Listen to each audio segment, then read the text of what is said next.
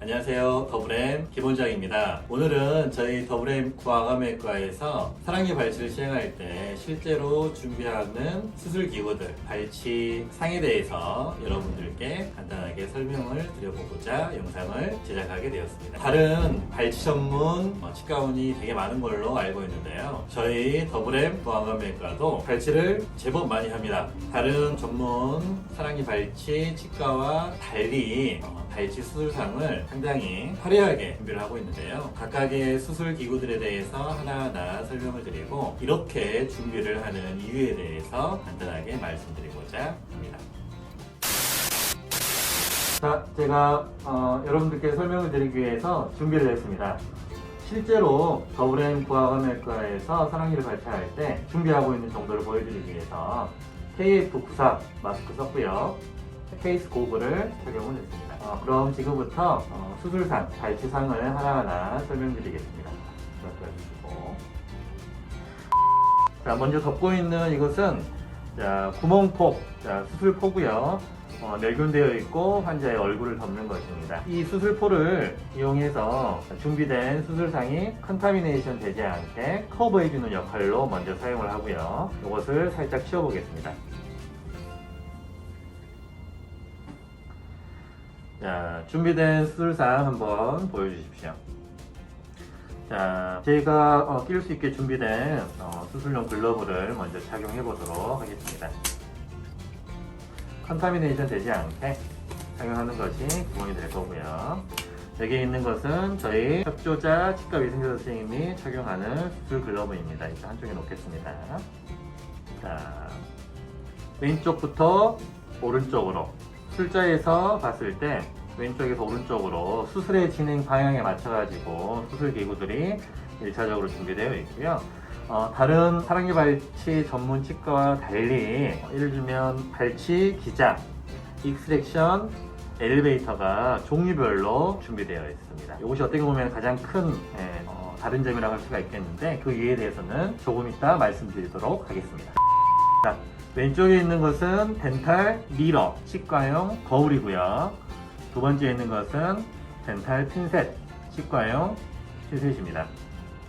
지금 여기에는 없지만 익스플로러까지 합쳐가지고 세 개를 치과용 스탠다드라고 이야기를 하죠. 기본적인 도구가 나와 있고요. 그 다음에 여기 조립되어 있는 이것은 서지컬 블레이드와 그다음에 블레이드 홀더를 지금 조립해 놓은 것입니다. 분리할 때는 기구를 이용해서 분리하는 게 좋고요. 조립을 할 때는 손가락으로 잡고 레스를 주고 이렇게 리시버에 맞춰가지고 끼우는 식으로 안전하게 조립하는 것이 숙달이 되어 있어야 됩니다. 준비를 해놨고요.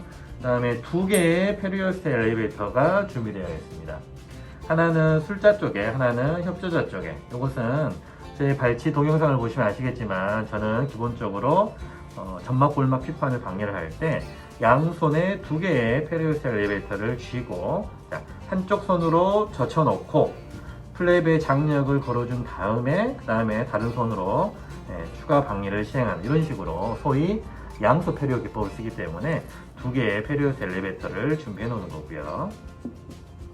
그 다음에 다른 사랑니 발치 전문 치과와 달리 발치 기자, 익스트랙션 엘리베이터가 종류별로 이렇게 준비되어 있다라고 이게 저희 더블엠에서는 특징적인 것이다 라고 말씀드렸는데 조금 더 자세히 말씀드리겠습니다. 실제로 사랑니 발치를 많이 하시고 잘 하시는 원장님들은 대개 요 엘리베이터 EL3C라고 알려져 있는 요 엘리베이터 하나만 가지고 또 발치를 되게 잘 하십니다. 실제로 그렇게 하시고요.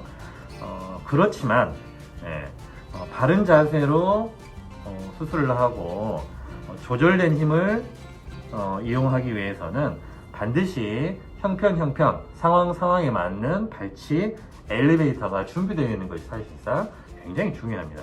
예를 들면 스트레이트한 EL3C 이것을 이용해가지고 이렇게 힘을 줘야 되는 이런 상황이 있다 그러면 물론 이제 파지법을 바꿔서 안정적으로 힘을 줄 수도 있겠지만 실제로 꺾여 있는 앵글드 익스트랙션 엘리베이터 이것을 적당한 각도로 사용한다 그러면은 처음부터 이렇게 사용하지 않고 파지법을 바꾼 것과 같은 효과를 앵글들, 엘리베이터를 이용해서 줄 수 있기 때문에 이것은 반드시 안정적인 자세, 안정적인 힘을 발휘하기 위해서 필요한 기구라고 생각을 하고, 저도 실제로 이거 없어도 실제 발치를 할 수는 있습니다.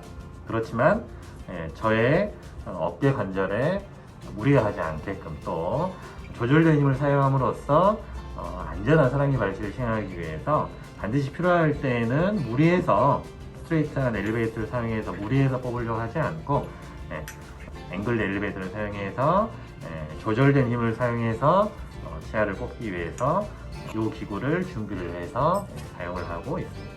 자, 여기까지 이게 발치 기자에 대한 설명이었고요.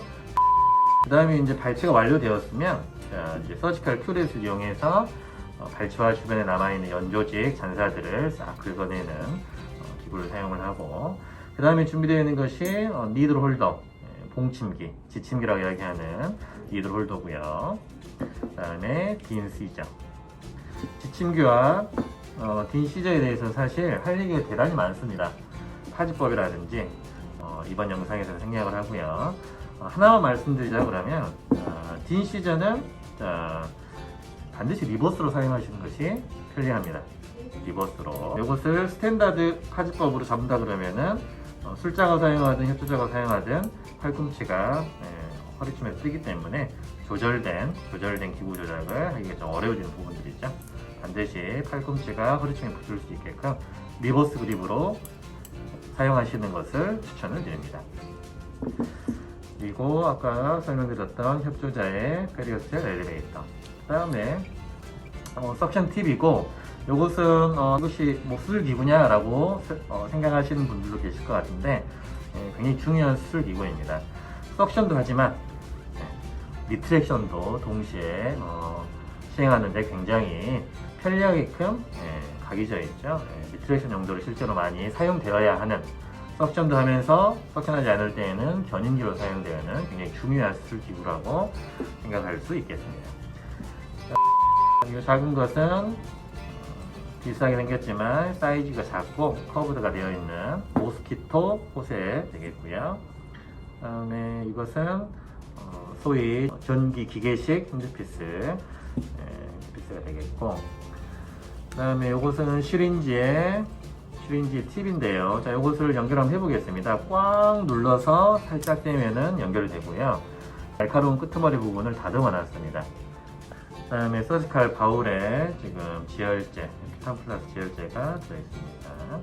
그 다음에 이 호일은 핸드피스를 연결을 하고 난 다음에 연결 부위에 소독을 유지하기 위해서 이렇게 싸주는 용도로 이렇게 준비한 호일이 되겠고, 반드시 주름이 많이 잡히는 방향으로 이렇게 지어줘야 하는 과정 중에 잘 빠지지 않는 이렇게 사용하는 호일이 같이 준비되어 있습니다. 그 다음에 여기에는 봉합사가 지금 봉합침에 연결되어 있어서 지금 감아져 있는데요. 이렇게 돌돌돌 말아놔야 쉽게 사용할 수가 있고, 되게 이제 쌀라인을 담아서 쌀라인을 묻혀가지고 봉합사에 적셔 주어서 마찰력을 줄여줘가지고 사용하는 것이 일반적인 사용 방법이 되겠습니다.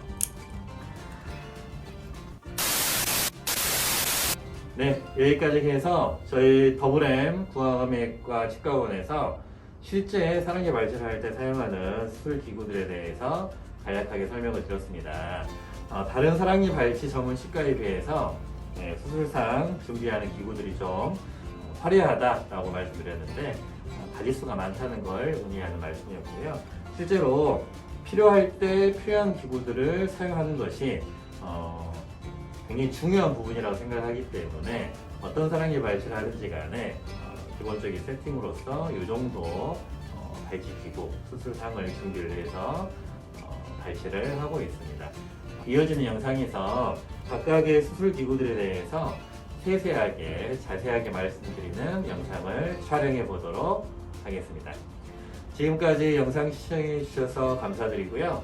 저는 더블엠의 김원장이었습니다. 감사합니다.